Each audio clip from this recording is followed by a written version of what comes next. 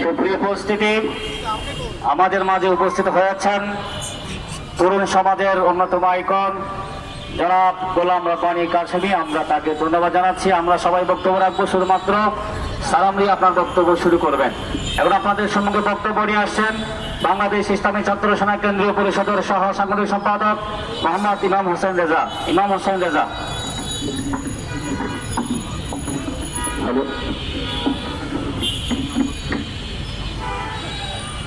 সংগ্রামী সাথী ও বন্ধুগণ, আজ এই জাতীয় প্রেস ক্লাবে আমরা উপস্থিত হয়েছি।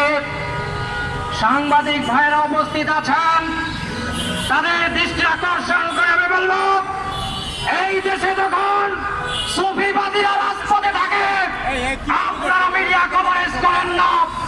আমরা দেখেছি যারা রাজপথে সন্ত্রাসী কর্মকাণ্ড করে, রাজপথে সন্ত্রাসী কাজ চালাক, জনগণের জানমালের নিরাপত্তা দিতে চান না, তাদেরকে আপনারা মিডিয়ায় হাইরাস করে থাকেন।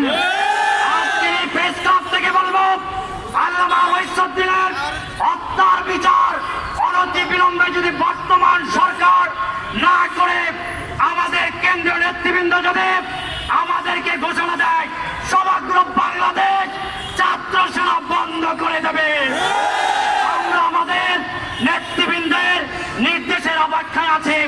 ডাক দিলে আমরা রাজপথে নেমে পড়বো ইনশাআল্লাহ। এই আশাবাদ ব্যক্ত করে বিদায় নিচ্ছি। আসসালামু আলাইকুম।